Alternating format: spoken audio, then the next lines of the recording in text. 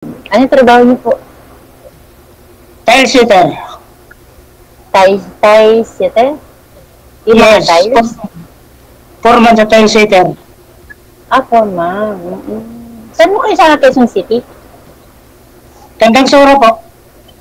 Oh, malapit lang. Malapit lang sa Sandigan. Malapit talaga. Dati kasi ako natira dyan sa Sandigan.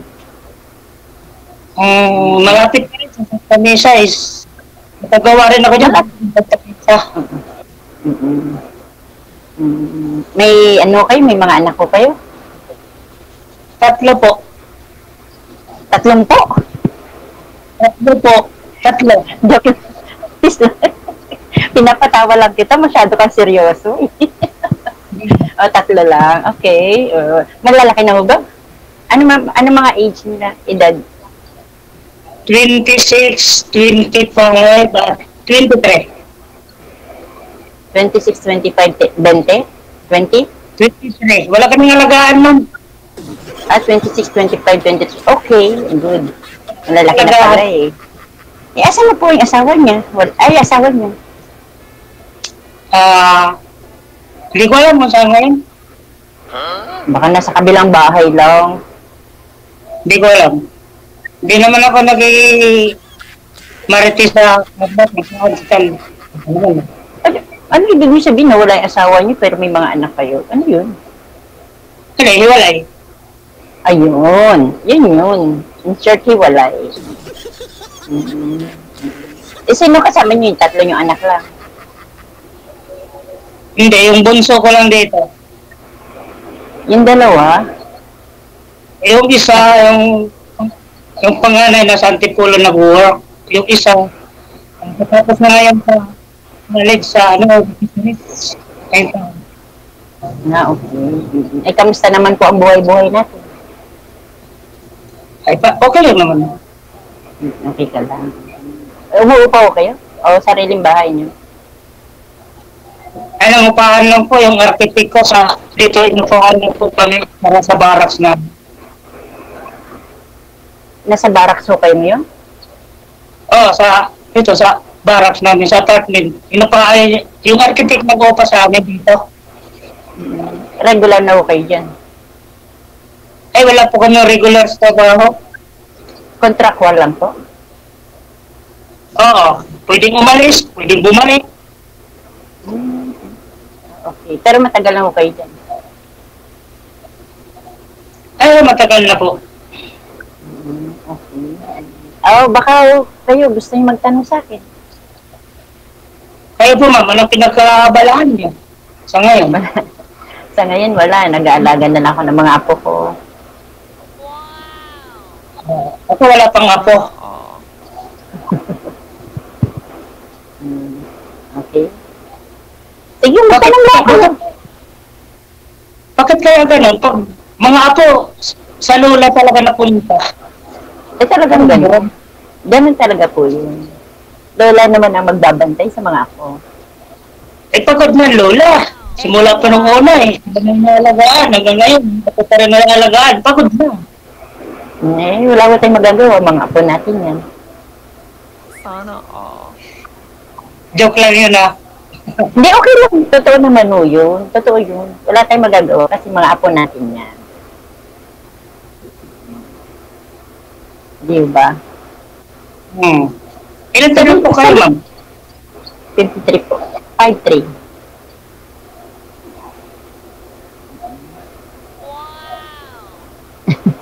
Bakit po? Wala, ako tanong lang po. Okay. Wala sa itsura? Ha? Wala sa itsura? Hindi naman. Okay naman yun. Namumukhaan ko naman yung may, na ganong edad. Kuya, mag-stay ko lang. Nahihilo ko. Nagaganon-ganon ka. Para ka nagchichibibo. Stay ka lang. Relax ka lang. Huwag kang kabado. yung mga nakausap niyo po dito dati, sir, wala po kayong nakatuluyan? Wala, Sir Diego. Mga takbuhan Hindi ka na nire-replyan. Takbuhin, Sir Diego. Matagal ka na sumali dyan kay Idol? Pang-apat. Oh, pang-apat. Ako first time pa lang ngayon. Nice to meet you. Thank you, ma'am. Welcome. Hmm. Sige. Magtanong lang po kayo.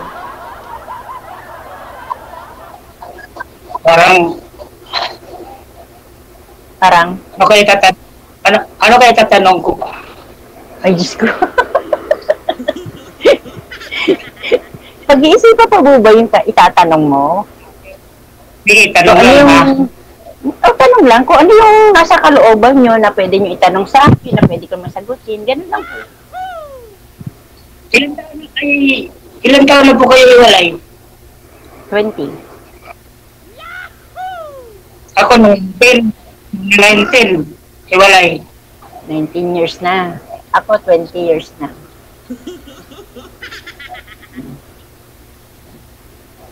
Di ka na umuli. Mag-asawa? Hindi naman. Nag-focus na lang sa trabaho. May pinagkakalaman ka, kaya sabi mo, sa apo na lang.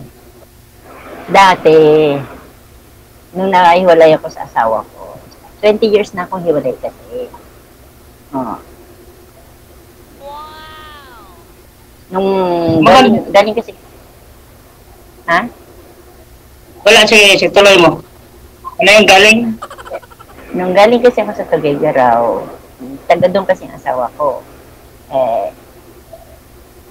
Nakipag-iwalay ako, umuwi ako rito sa Manila, sa side ng mother ko, at mga kapatid ko. So, nagsumikap ako dito. Dito ako nagtrabaho, dito ako nagpaganap buhay. Ganun.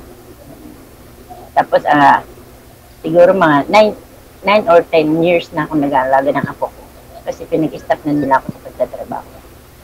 Dati ako merong karinderya. Yan yung pinaka-business ko, karinderya. May karinderya ka ngayon? Dati, kaya lang kinuha ko ng mga anak ko para mag-alaga na lang ng apo. Kaya na-stay na lang ako ng bahay. Okay. Kayo po, kamusta naman po ang buhay ninyo? Buhay nyo na may asawa?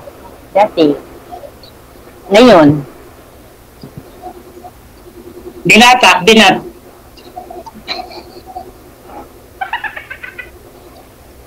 Kaya nga naghahanap ka, di ba? Kasi binata ka. Depende. Anong depende? Depende na binata ka? Gusto. Wala ba nagkagusto sa iyo na mayroon ka nakausap dito? Sabi mo 4 times ka na dyan. Maingay electric fan mo, ma'am. Baka lumipad tayo mamaya. Mainit po, sir. Ay, sa baba mo lang ituon. Wag sa muka. Sa baba para maaminan. Ayun na, binaba ko na po. Di ba malamig pag sa baba? Wow. Ikaw, sir. Sige po, ano po pa yung tatanong mo, sir? Saan ka banda sa Santa Mesa? SM Santa Mesa.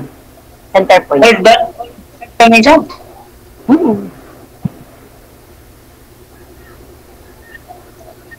Alam mo yun? Madalas ako dyan eh. Hindi nakikita mo yung Gardenville, subdivision. Yung dulo ng parkingan ng mga sasakyan ng mga ng SM Santa Mesa. Alam mo yun? Yung pinakadulo nun, Gardenville yun, subdivision. Doon ako nakatira. Hindi ko na masyado ng Santa Mesa. Pero kabisado ko yun, pag pumunta ko ng Quiapo. Quiapo? Ba't naman Quiapo? Ang layo ng Quiapo sa Santa Mesa. Santa Mesa, dadaan naman doon yan. Papuntang Divisoria. Balik ka ng Oo, Saan ka manggagaling, kuya? Cubao. Ayun, tama yun. Cubao. Santa Mesa, Divisoria, Quiapo. Tama po yun. Akala ko manggagaling ka dyan. Akala ko manggagaling ka dyan sa may, Quezon City eh. Hindi, pwede mo nang sumakay. Yan ang Quezon City. Ano lang na ano yan eh. Dito lang sa papuntang Munyos yan. Daan na. Sorry, dito daan niya. Na okay. Cubao lang. Sige po.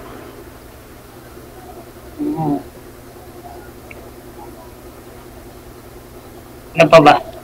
Parang ang dilim-dilim ng ano ninyo, hindi ko kayo makita. Masyadong madilim. Wala na Malinaw naman maliliwanag lang. Ha? Malinaw dito. Malinaw siya.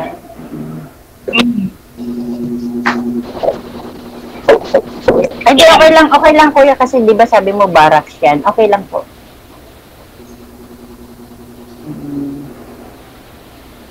Malinaw na. Okay na nga lang po eh. Okay na po, okay na po. Sige po.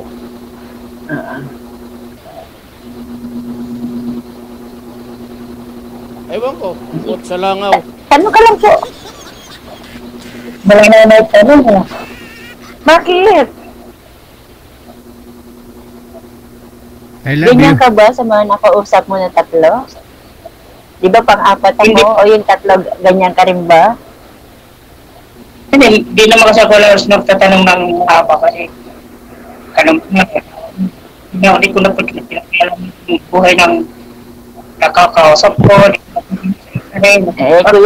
Kuya, gusto mo ba magtititigan na lang tayo? Gusto mo ba titigan na lang tayo? Makipag-usap ka, kuya. Tanong ka lang. Sige, libre lang ang tanong. Walang bayad yan. Joker lang ako. Peace tayo. Ikaw mo na magtanong, mag-iisip ako na itatanong ko sa'yo. Ganon. Sige na nga, tatanungin ko sa'yo. Ang mga magulang mo nasaan? Ilan kayo magkakapatid?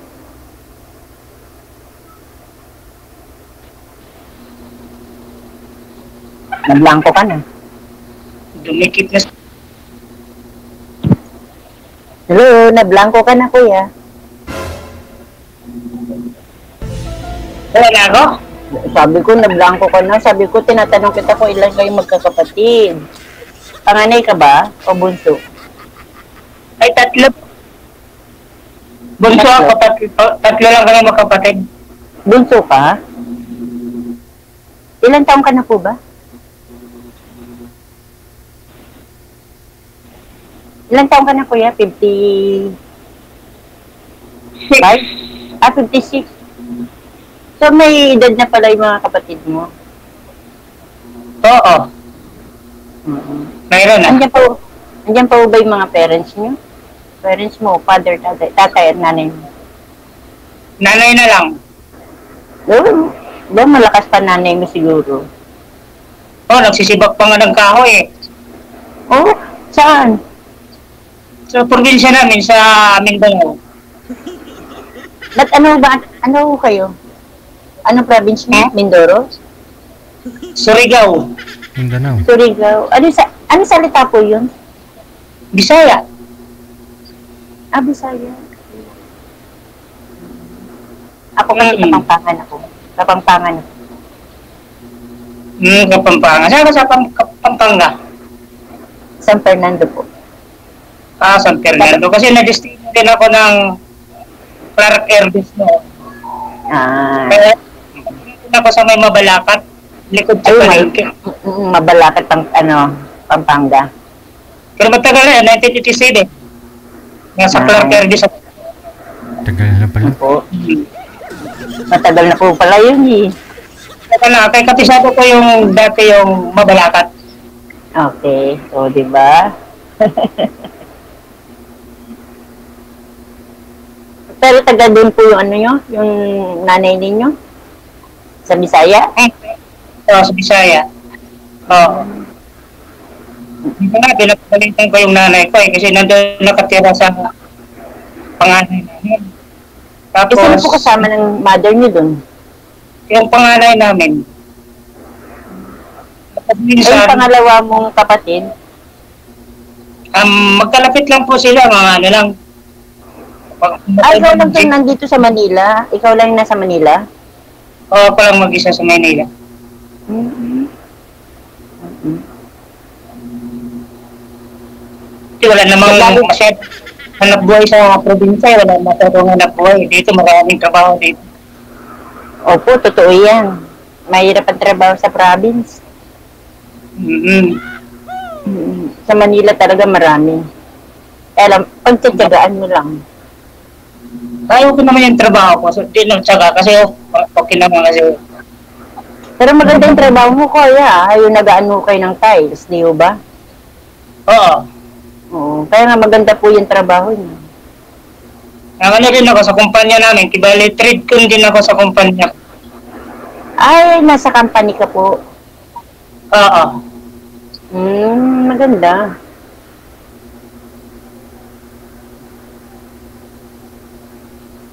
Kamusta naman po yung mga nakausap ninyo? Wala nga, takbuhin. Paano takbuhin? Paano takbuhin? Kakausapin kayo tapos tatakbo? Ganon? Hindi, ayaw ko. Yung baka nakaka-istorbo ako sa kanila, kaya gano'n na tawag nito. Hindi ko masyado kinakausap kasi yung iba nga, tawag nito, ang dami nga tawag, yung mga nakakausap ko, yung teacher sa ibang bansa. Gusto niya mag-anal. Anal ako. Sabi ko, anal yun. Kasal din po kayo. Oo, kasal. Ay, gusto niya mag-anal kayong dalawa ng asawa mo. Oo, alam ko, sir, baby yan. Lang tayo. Sabi ko, Malang anal dito sa Pilipinas, alam natin yan. Di ba ho ba? Oo. Alam ko na siya eh. Sa ibang bansa ko sabi ko, hindi ko kayo nito.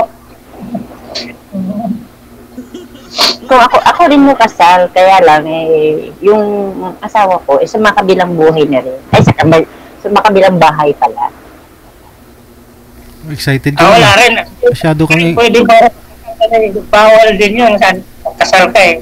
masyado kang excited, mama. Sa kabilang bahay lang pala asawa mo, sinabi mo sa kabilang buhay na. Nagmamadali. Nagmamadali, kuya. Joke lang po. So, makabilang bahay lang. Ayaan na natin. Gusto naman nila yun. Diba? Ay, oo. Hindi naman natin mapipigil ang mga katulad ng mga lalaki o babae pag magluluko o pag pupunta sa kabilang bahay, hindi natin mapipigilan na sa kanila na po yan. Yung pangalawang kausap ko dito, hindi niya hindi ko rin naibigay kaya wala kaming komunikasyon. Ano hindi nyo maibigay? Ano hindi ninyo maibigay? Nung pagkatapos namin mag-usap, diba maganawa ng Facebook account, number sa city, ay hindi nagkahingian kami. Tapos, photo ng usapan namin. Kaya wala. Ay, hindi niya binigay. Yung sa kanya rin, di yan binigay. Di ko rin naibigay sa akin. Kaya, walang contact. Walang Sana tinawagan niyo po ulit, sir, kasi connected na kayo noon. Oo. Wala. Sana nga tinawagan niyo. Hindi niyo Pero pa gusto niya. Hindi naman, ma'am. Ito ganun gusto ko. Kahit ay galing na siguro muna. Kasi gusto ko sa babae yung alam ko muna yung ugali niya at yung siyempre makaman. Malay natin anong ugali nito. Paano nyo ba ano ang ugali ng isang tao? Lalo na pag nakakausap nyo, paano nyo ba nakikita? Depende na lang po, ma'am. Sa tawag nga nagmamasid pa rin sa kanya kung dito bago yung ugali niya. Alam mo, sa tawag ng cellphone, mayroong contact. Meron naman din, pakiramdaman na lang. Pakiramdaman. Pero sa akin, base sa experience ko, yung nawala na tuloy ako. Yung headset ma'am, ilapit nyo na lang sa bibig. Sumasagi po sa dibdib mo, maingay. Dibdib talaga, ikaw talaga kuya, idol ko. Nawala na tuloy ako sa sasabihin ko. Sige nga kuya, ikaw muna magsalita. Nawala na ako. Ang hirap mag-tweet ka. Tanong nga. Po? Ano po yun? Ang hirap maghanap ng tanong ko sa'yo Mahirap maghanap ng tanong mo sa akin? Bakit? Oo. Bakit po? Ganun lang. Di ako kapag isip mo, may tatanong sa'yo, parang may tatanong kaya ka Oo. Baka nahihiya ka lang. Di lang. Hindi. Tanong lang po kayo. Sige, magtanong ako. Wala nang balak mag-asawa? Sa ngayon? Wala eh. Pero as a boyfriend, pwede. As asawa, wala na eh. Wala na. Wala na eh. Kasi masarap lang yung nag-enjoy tayo sa buhay kasi syempre may edad na tayo. Diba? Kung magiging tayo, okay lang. Pero kung hindi, okay lang din. Kasi ang hinahanap na lang naman natin sa sarili natin yung nagpapasaya sa atin, yung enjoyment lang tayo, di ba? Yung maging masaya tayo sa araw-araw, di ba? Ang isang akin doon, tanong ko sa'yo, meron kasing mga, ligawan yung nanay nila, may manliligaw. Meron kasing mga anak, hindi ko nila lahat ng mga anak na ayaw. Opo, totoo yan. Meron nung ganyan na, alimbawa ko, mga anak ko ayaw nilang mag-asawa na ako. Ayaw nila. Pero sa akin, willing naman sila makapag-asawa ko. Tapos, ngayon, may ano pa nga minsan parang yung mata, makikita mo yung mata, parang yung binubuto sa'yo, yung gano'n. Kaya yan ang mga iniwasan ko yung mga yung, diba may makikita mo yung anak ko, mga kapatid, minsan yung tingin niya pasulyap sa'yo na pagtingin mo, may tanakaw na tingin. Yun ang inayawan ko sa mga gano'n na mga relative na parang ano ba? Oo, yung tingin na patrader, parang ganon. Oo, yun, diba? Hindi naman natin maiaalis yan, kuya eh. Kahit saan naman, hindi natin maiaalis yan eh. Lalo na pag unang kita pa lang sa'yo o unang kilala pa lang sa'yo. Lahat huhusgahan ka. Hindi man sila magsasalita, pero sa tingin, huhusgahan ka. Tama ka. Yun ang kinukuhan ko eh. Opo. Kaya hindi natin masisisi sila kung mauhusgahan ka na hindi nagsasalita sa tingin lang. Ay, kung paano kung ako ang papasyal sa inyo, ganun din ang mga tao na nakapaligid sa'yo na kakilala ka, sa akin, hindi sila magsasalita, kundi titignan lang nila ako. Ang sa akin, sa ano talaga, mas ang mga babae ang pagano ng lalaki. Kasi kung ang babae pupunta ka talaga nagbibisita, parang welcome yung babae, pero pag ang lalaki parang mahirap i-welcome sa mga ganun pag lalaki. Ano ang gusto mo, yung babae ang pupunta sa'yo o yung lalaki? Hindi ko ibig sabihin na, alam mo, mag-boyfriend kayo, girlfriend, diba, ipapasyal yung lalaki, ipapasyal yung babae, natural lang yan, ipapakilala. Mayroon kasi minsan, ano ko na, ang babae yun, pag ipasyal mo, pero yung ang lalaki mo masyal sa lugar niyo, yun ang sinasabi ko kanina, parang di sila. Kaya nga tinatanong ko po kayo, ano ba gusto ninyo? Kayo ang pupunta sa babae o ang babae ang pupunta sa inyo? Siyempre, gentleman tayo, na tayo doon sa babae. Ayun, yun na lang po pag-usapan ninyo ngayon, sir ha. kung kailan ka po pwedeng pumunta sa bahay ni ma'am. No, kasi malapit ka lang naman kung tutuusin, isang sakay lang. No, Apo, totoo pag-usapan yan. po ninyo yan sa off-cam, pagpatuloy po ninyo. Maraming salamat, magandang gabi. Apo. Okay, Thank bye-bye. you po, DJ. Thank you.